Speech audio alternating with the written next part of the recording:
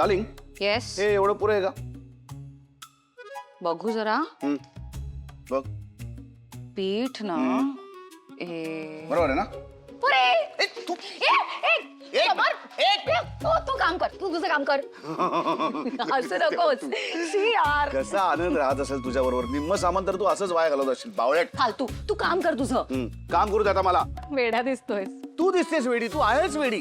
काम काम काम कर काम कर. हा तुला करायचंय ते कर कर. पण खरं सांगू डार्लिंग, खूप दिवसांनी किचन मध्ये आलो ना, इतकं छान वाटतं मला. आता मला कळतंय की स्वानंदीना किचन मध्ये काम करायला इतकं का आवडतं. एक प्रकारचं मेडिटेशन आहे स्वयंपाक बनवणं, किचन मध्ये काम करणं म्हणजे, है ना? येस.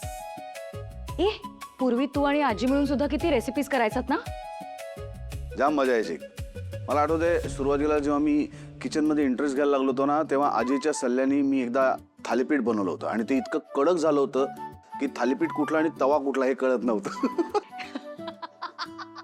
पण आजीने मला कधीच डिस्करेज केलं नाही. तिने मला समजून सांगितलं आणि तसंच मी शिकलो आजीकडनं. बरोबर आहे.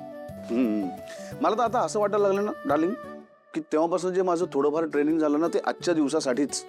मी माझ्या प्रेमळ बायकोसाठी काहीतरी करावं म्हणून. वाह क्या बात है. अरे बाय द वे आजी कुठे? मी तिला कॉल करतो, उचलतच नाहीये. आणि बाकी पण कोणी दिसत नाही घरात. मला काय माहित.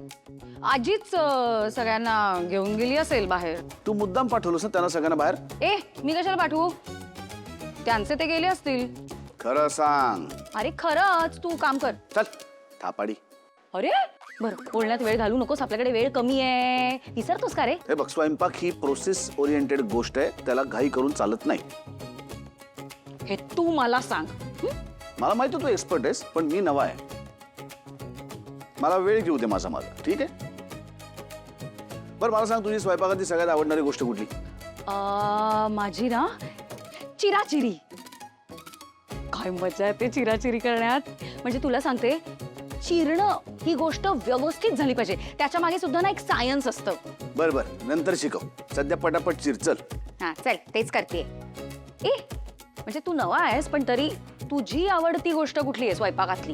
हे बघ हे बघ हे बघ, ही फोडणी देणं. अरे मला खूप भारी वाटतं असं कढीपत्ता त्याच्या फोडणीवरती देताना.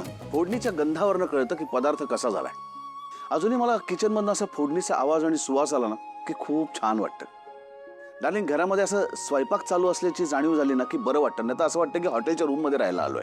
क्या बात है, परफेक्ट बोलतोस रे. फोडणी परफेक्ट झाली ना की पदार्थ उत्तम होतो. आणि अरे सावकाश भाजला ना. पाण्यात हात घाल. ठीक आहे ठीक आहे, एवढं काही झालं नाहीये.